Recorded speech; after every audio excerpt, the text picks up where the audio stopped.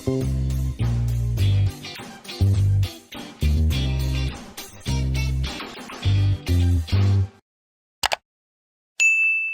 நான் தான் Deena. Welcome back to Deena's kitchen. இன்னைக்கு நம்ம கிச்சனில் பார்க்க போது செட்டிநாடு ஸ்பெஷல் பால் கொல்கட்டை.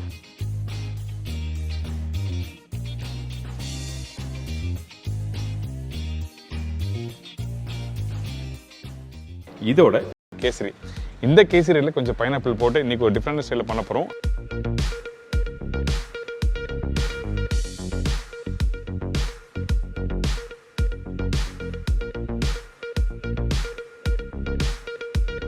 பச்சரிசி 150 கிராம், பெரிய தேங்காய் 1 நம்பர், வெல்லம் இனிப்புக்கு தேவையான அளவு, ஏலக்காய் பவுடர் 1/2 டீஸ்பூன், உப்பு சிறிதளவு. இதாங்க இந்த ப்ரிப்பரேஷன் தேவையான பொருட்கள். ஃபஸ்ட்டு நம்மக்கிட்ட இருக்க இந்த பச்சை அரிசியை தண்ணியில் ஊற வச்சு கொஞ்சம் காய விட்டு பவுட்ரு பண்ணி அதுக்கப்புறம் யூஸ் பண்ண போகிறோம்.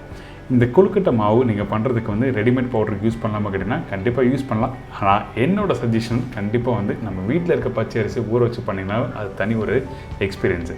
அதுக்கு முன்னாடி நம்ம என்ன பண்ண போகிறோம் கேட்டிங்கன்னா, இந்த அரிசி ஒரு சைடில் நல்லா ஊறட்டும். அதுக்கப்புறம் அந்த தேங்காவை நல்லா அரைச்சி பால் எடுத்துடலாம். ஒரு பெரிய தேங்காய், இந்த தேங்காய் ரஃப்பாக கட் பண்ணி வச்சுருக்கேன். இதில் எந்த அளவுக்கு தண்ணி யூஸ் பண்ண கேட்டிங்கன்னா ஒரு 200லேருந்து 250 ml, அதாவது ஒரு பெரிய கிளாஸ் அளவுக்கு தண்ணி இதில் போட்டிருக்கேன். அப்போ தான் கெட்டியான பால் கிடைக்கும். நம்ம நார்மலாக தேங்காய் பால் வச்சு பண்ணுற ப்ரிப்பரேஷன் முதல் பால், 2வது பால், 3வது பால் சொல்லி அப்படியே அரைச்சி தான் எடுத்து ப்ரிப்பரேஷன் யூஸ் பண்ணியிருப்பீங்க. ஆனால் இந்த ப்ரிப்பரேஷன் பொறுத்த வரைக்கும் நல்லா திக்காக பாலை அரைச்சி இந்த மாதிரி பாலை எடுத்து வச்சுக்கோங்க. அதாவது முதல் பால் தான் திக்கான பால் சொல்கிறேன். இந்த தேங்காய் அரைச்சி முடிச்ச பிறகு எந்த அளவுக்கு நல்லா புளிஞ்சு இருக்க முடியுமோ அந்த பால் தனியாக எடுத்துருங்க, சக்கையை தனியாக எடுத்துருங்க.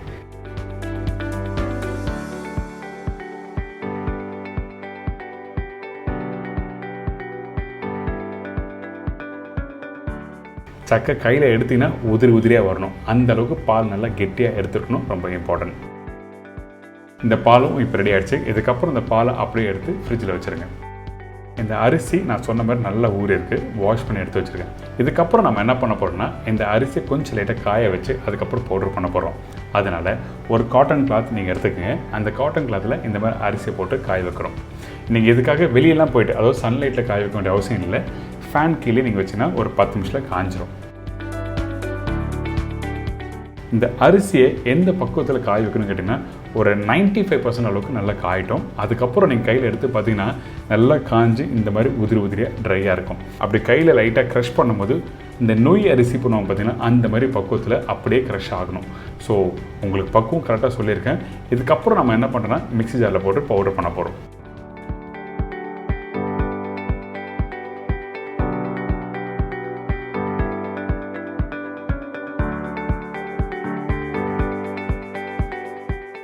இப்போ நல்ல ஃபைன் பவுடராக ரெடி பண்ணுறேங்க.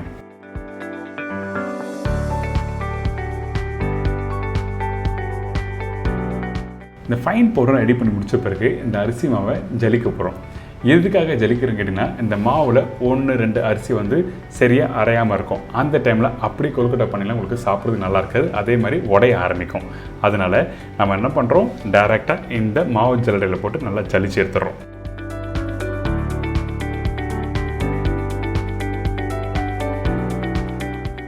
இந்த மாவு இந்த மாதிரி நீங்கள் பதப்படுத்தி எடுத்துச்சுன்னா எப்போ வேணாலும் கொழுக்கட்டை நீங்கள் பண்ணலாம். இப்போ இந்த மாவை ஜலிச்சு முடிச்ச பிறகு பார்த்தீங்களா, அந்த அரிசி 1-2 அரிசி முழுசாக இருக்குது. அதனால தான் மாவை நல்லா ஜலிச்சு எடுத்துகிறோம். இப்போது இந்த ஜலிச்ச மாவை அப்படியே ஸ்டீம் பண்ண போகிறோம். அதாவது சில பேர் வறுத்து யூஸ் பண்ணுவாங்க, ஆனால் இந்த மாதிரி பால் கொழுக்கட்டை பண்ணும்போது வறுக்கக்கூடாது, ஸ்டீம் பண்ணி தான் இந்த ப்ரிப்பரேஷன் பண்ணணும். எதுக்காக ஸ்டீம் பண்ணுறோம், இந்த கொழுக்கட்டை தண்ணியில் வேக வைக்க போகிறோம். இந்த கொழுக்கட்டை தண்ணியில் வேக வைக்கும் போது உடையாமல் இருக்கிறதுக்கு சேஃபாக நம்ம என்ன பண்ணுறோம், அரிசியை ஃபஸ்ட்டு ஸ்டீம் பண்ணி எடுத்து வச்சுருவோம். இப்போ இந்த ஸ்டீம் நல்லா ஆகட்டும். அதாவது குறைஞ்சபட்சம் ஒரு 7-8 நிமிஷம் ஸ்டீம் ஆகும். நடுவில் இந்த வெல்லத்தை கொஞ்சம் லைட்டாக தண்ணி ஊற்றி கரைச்சிடலாம். நீங்கள் இந்த வெல்லத்தை 1 கம்பி பதம், 2 கம்பி பதம் அந்த மாதிரிலாம் எதுவுமே எடுக்க வேண்டியதில்லை. ஜஸ்ட் கரைச்சா மட்டும் போதும். எதுக்காக இந்த மாதிரி கேட்டிங்கன்னா, வெல்லத்தில் மண் இருக்கும். அந்த வெல்லத்தை க்ளீன் பண்ணிவிட்டு அதுக்கப்புறம் ப்ரிப்பரேஷன் பண்ணினா நல்லாயிருக்கும். அதனால தான் இந்த மாதிரி ப்ராசஸ் பண்ணுறோம்.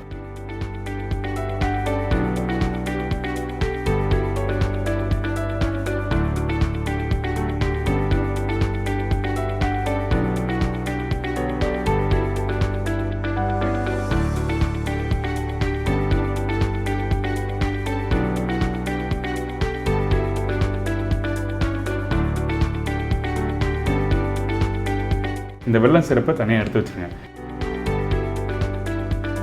அரிசி மாவு நல்லா ஸ்டீம் பண்ணி ரெடியாக இருக்குது. இதை அப்படியே எடுத்து நம்ம என்ன பண்ண போகிறோம், கொழுக்கட்டை பண்ண போகிறோம்.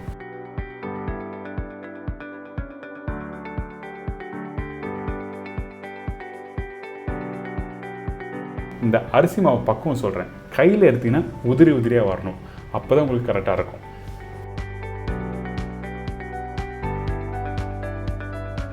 இதுக்கு பிறகு கொஞ்சமாக உப்பு போட்டிருக்கேன், அதுக்கப்புறம் ஏலக்காய் பவுடர் இதெல்லாம் போட்ட பிறகு கொஞ்சம் லைட்டாக வெதுன்னு இருக்க தண்ணி இதில் ஊற்றி நல்லா மிக்ஸ் பண்ணுறோம். சுடு தண்ணி தான் யூஸ் பண்ணணும், பச்சை தண்ணி யூஸ் பண்ணலாம், ஒன்றும் தவறலாம் இல்லை. இப்போ சுடு தண்ணி போட்டு நீங்கள் மிக்ஸ் பண்ணும்போது அந்த மாவு இன்னும் கொஞ்சம் நல்லா வெந்து வரும், அதனால தான் சுடு தண்ணி யூஸ் பண்ண சொல்கிறேன்.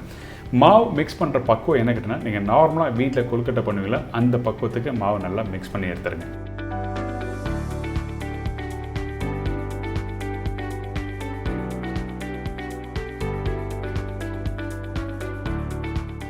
எடுத்த உடனே அதிகமாக தண்ணி ஊற்றினாலும் என்ன விட்டுனா உங்களுக்கு மிக்ஸ் பண்ணுறதுக்கு பக்குவம் கரெக்டாக வராது. அதனால் கொஞ்சம் கொஞ்சமாக மாவு தண்ணி தெளித்து அதுக்கப்புறம் மிக்ஸ் பண்ணுங்கள். இப்போ பார்த்தீங்களா, அந்த கொழுக்கட்டை மாவு பக்குவத்துக்கு கரெக்டாக மிக்ஸ் பண்ணி எடுத்துருக்கோம். இதுக்கப்புறம் இந்த கொழுக்கட்டை எந்த அளவுக்கு சின்னதாக நீங்கள் ரவுண்டாக பிடிக்க முடியுமோ பிடிச்சிங்க. சைஸ் உங்களுக்கு பிடிச்ச மாதிரி நீங்கள் பண்ணிக்கலாம். நான் ரவுண்டாக பண்ணியிருக்கேன். இதே நீங்கள் வீட்டில் நம்ம உள்ளங்கையில் வச்சு நல்லா விரல் வச்சு தேய்ப்பாங்க, அதாவது சின்னதாக நூல் மாதிரி மெலிசாக வரும். எந்த அளவுக்கு நீங்கள் சின்னதாக பண்ணுறீங்களோ அந்த அளவுக்கு சீக்கிரமாக வெந்து வரும். அதனால தான் முடிஞ்ச வரைக்கும் சின்னதாக ரோல் பண்ணுங்கன்னு சொல்கிறேன்.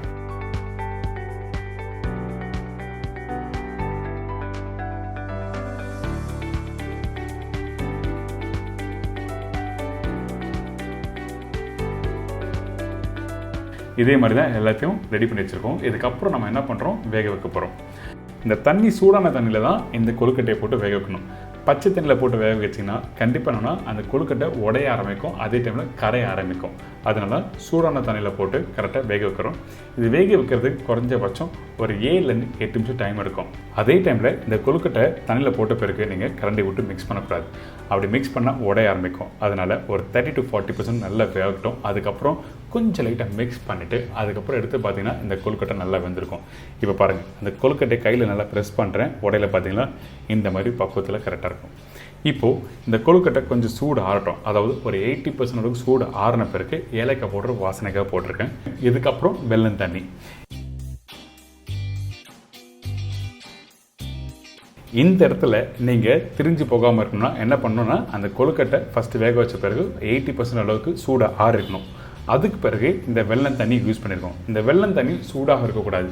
சூடாக இருந்தால் இந்த தேங்காய் பால் ஆட் பண்ணும்போது கண்டிப்பாக திரிஞ்சு வந்துடும். அதனால தான் ஃபஸ்ட்டு எடுத்த உடனே சில பேர் தேங்காய் பால் ஊற்றிடுவாங்க, அதுக்கப்புறம் வெல்லம் தண்ணியை போட்டு மிக்ஸ் பண்ணுவாங்க. இந்த மாதிரிலாம் மிஸ்டேக் பண்ணாமல் கரெக்டாக ஸ்டெப் பை ஸ்டெப்பாக நீங்கள் பண்ணினா கண்டிப்பாக உங்களுக்கு ஒரு சூப்பரான செட்டிநாடு ஸ்பெஷல் பால் கொழுக்கட்டை ரெடி.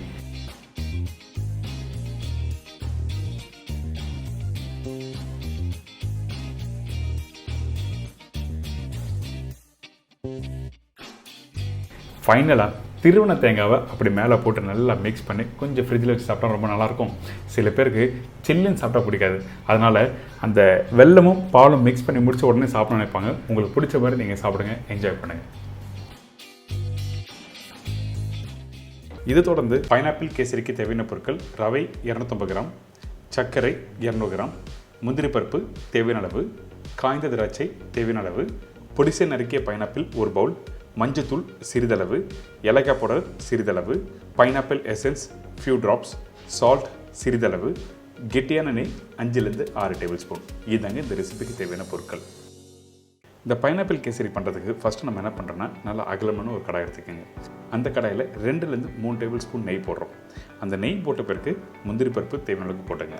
இந்த முந்திரி பருப்பு கொஞ்சம் லைட்டாக அந்த கோல்டன் ப்ரௌன் கலர் வர டைமில் நம்ம என்ன பண்ணுறோம், நம்மக்கிட்ட இருக்க இந்த காஞ்ச திராட்சை இதில் போட போகிறோம். அதனால் இந்த மாதிரி கலர் வந்த பிறகு இந்த காஞ்ச திராட்சையை போடுங்க.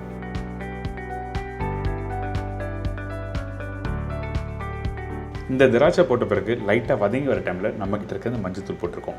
இந்த மஞ்சத்தூள் போடும்போது உங்களோட அடுப்பு ரொம்ப ஸ்லோ ஃப்ளேம் இருக்கணும். நெய் சூடாக இருந்தால் மஞ்சத்தூள் தீஞ்சி போகிறதுக்கு வாய்ப்பு இருக்குது. அதனால் ஸ்லோ ஃப்ளேம் வச்சு மஞ்சத்தூள் போட்டுருங்க. அதுக்கு பிறகு நம்மக்கிட்ட இருக்க ரவை, இந்த ரவை போட்ட பிறகு நல்லா மிக்ஸ் பண்ண ஆரம்பிங்க. மீடியமான ஃப்ளேம் வச்சு வறுக்க ஆரம்பிக்கணும். அதே டைமில் பார்த்தீங்கன்னா நல்லா எல்லோஷ் கலர் உங்களுக்கு வந்திருக்கும். நிறைய பேருக்கு வீட்டில் கலர் பவுடர் யூஸ் பண்ணாமல் என்ன பண்ணலாம்னு சொல்லிட்டு கேட்டிங்க. நம்ம சேனல் ஆல்ரெடி சாஃப்ரான் அதாவது குங்குமப்பூ வச்சு பண்ணுறது எப்படி வச்சு சொல்லி கொடுத்தேன். இப்போது இந்த இடத்துல மஞ்சத்தூள் யூஸ் பண்ணி எப்படி பண்ணுறது சொல்லி எல்லாருக்கும் புரிஞ்சிருக்கும். கண்டிப்பாக ட்ரை பண்ணி பாருங்கள். அதே டைமில் இந்த ரவையை வறுக்கிற பக்கம் ரொம்ப இம்பார்ட்டன்ட். ரவை கரெக்டாக வறுத்தா தான் அந்த ரவை கேசரி ஃபைனலாக நல்லா வரும் அந்த டெக்ஸ்சர். இதுக்கு பிறகு நம்ம என்ன பண்ணுறோம், இன்னொரு கடாயில் தண்ணி ஊற்றுறோம். தண்ணி ஊற்றுற பக்குவம் என்ன கேட்டிங்கன்னா, எந்த கப்பில் மெஷர் பண்ணி எடுத்துருக்கணும் அதே கப்பில், அதாவது 1 கப் ரவைக்கு வந்து 2.25 கப் அளவுக்கு தண்ணி வச்சுருக்கேன். சில பேர் பார்த்திங்கன்னா 2.5 கப்பு தண்ணி வைப்பாங்க, அதாவது 1 கப்புக்கு 2.5 அப்படியும் போடலாம், ஒன்றும் தவறதில்லை. ஆனால் என்னோட மெஷர்மெண்ட்டுக்கு 2.25 கப் அளவுக்கு தண்ணி போதும். இப்போ தண்ணி நல்லா கொதிச்சு வந்த பிறகு நம்மக்கிட்ட இருக்க இந்த ரவையை போட்டிருக்கோம். ரவை போடுற பக்கம் 2 விதம் இருக்குது. அதாவது கொஞ்சமாக ரவை எதுனா மொத்தமாக போட்டு மிக்ஸ் பண்ணலாம். இதே குவான்டிட்டி அதிகமாக இருந்ததுன்னா ஒருத்தர் மிக்ஸ் பண்ணணும், ஒருத்தர் ரவை போடணும். அப்போ தான் உங்களுக்கு கெட்டி எல்லாமே கரெக்டாக வரும். இப்போ பாருங்கள், இந்த ரவை போட்ட பிறகு நல்லா மிக்ஸ் பண்ணுற பக்கம் எப்படி இருக்குன்னு கேட்டிங்கன்னா, உங்களோட அடுப்பு வந்து ஹை ஃப்ளேம் வச்சு நல்லா மிக்ஸ் பண்ணணும். மிக்ஸ் பண்ணி வர டைமில் இந்த மாதிரி கெட்டியாக வந்திருக்கும். அதுக்கு பிறகு வேணால் நீங்கள் கொஞ்சம் ஸ்லோ ஃப்ளேமில் வச்சுக்கலாம். சரிங்களா? இந்த மாதிரி பக்கம் வந்த பிறகு தான் ஸ்லோ ஃப்ளேம், அதாவது மீடியமான ஃப்ளேம் வச்சு குக் பண்ணணும்னு சொல்ல வரேன்.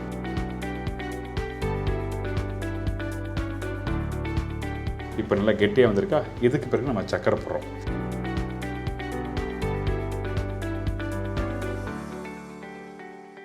இந்த சக்கரை போட்ட பிறகு குக் பண்ணும்போது உங்களுக்கு கலர் மாற ஆரம்பிக்கும். அதாவது அந்த எல்லோ கலர் இன்னும் கொஞ்சம் லைட்டாக கொஞ்சம் டார்க்காக வந்த மாதிரி இருக்கும். நீங்கள் குக் பண்ணும்போது உங்களுக்கு வித்தியாசம் தெரியும். இந்த இடத்துல நம்ம என்ன பண்ணுறோம்னா, கொஞ்சம் அடுப்பை வந்து ஹை ஃப்ளேமில் வச்சுருங்க. அதாவது ஃபுல் ஃப்ளேமில் வச்சு குக் பண்ண ஆரம்பிக்கிறோம். ஏங்கிட்டனா அந்த சக்கரை குக் பண்ணோம்ல, இந்த சக்கரை குக் பண்ணும்போது என்ன ஆகும், டைலூட் ஆகும், கொஞ்சம் லூஸ் ஆகும். அதுக்கு பிறகு கெட்டியாக ஆரம்பிக்கும்.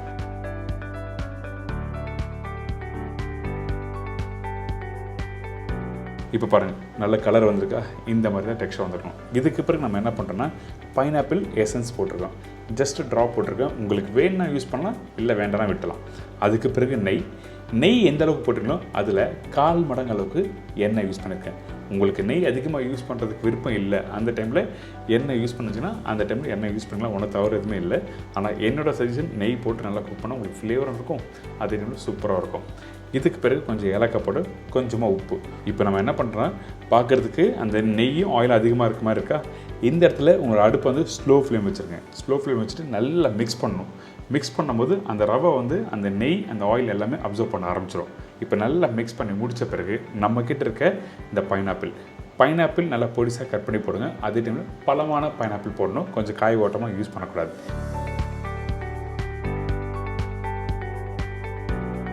கடைசியாக பைனாப்பிளை போட்டு நல்லா மிக்ஸ் பண்ணி எடுத்திங்கன்னா ஒரு அருமையான பைனாப்பிள் கேசரி ரெடி.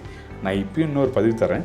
இந்த பைனாப்பிள் கேசரி முடித்த பிறகு நிறைய பேருக்கு கெட்டியாகிடுது, நம்ம வீட்டில் சாஃப்டாகவே இருக்க மாட்டேது. அதுக்கு என்ன காரணம் கேட்டால், சக்கரை வந்து குக் பண்ணி முடித்த பிறகு சூடு ஆறுனா இறுக ஆரம்பிக்கும். அந்த டைமில் டபுள் பாயிலிங் மெத்தட் யூஸ் பண்ணலாம். அதாவது ஒரு பாத்திரத்தில் சுடு தண்ணி வச்ச பிறகு இன்னொரு பாத்திரம் உள்ளே வச்சு இந்த ரவை கேசரி வச்சிங்கன்னா அப்படியே சாஃப்டாக தான் இருக்கும், அந்த சக்கரையும் இருக்காது.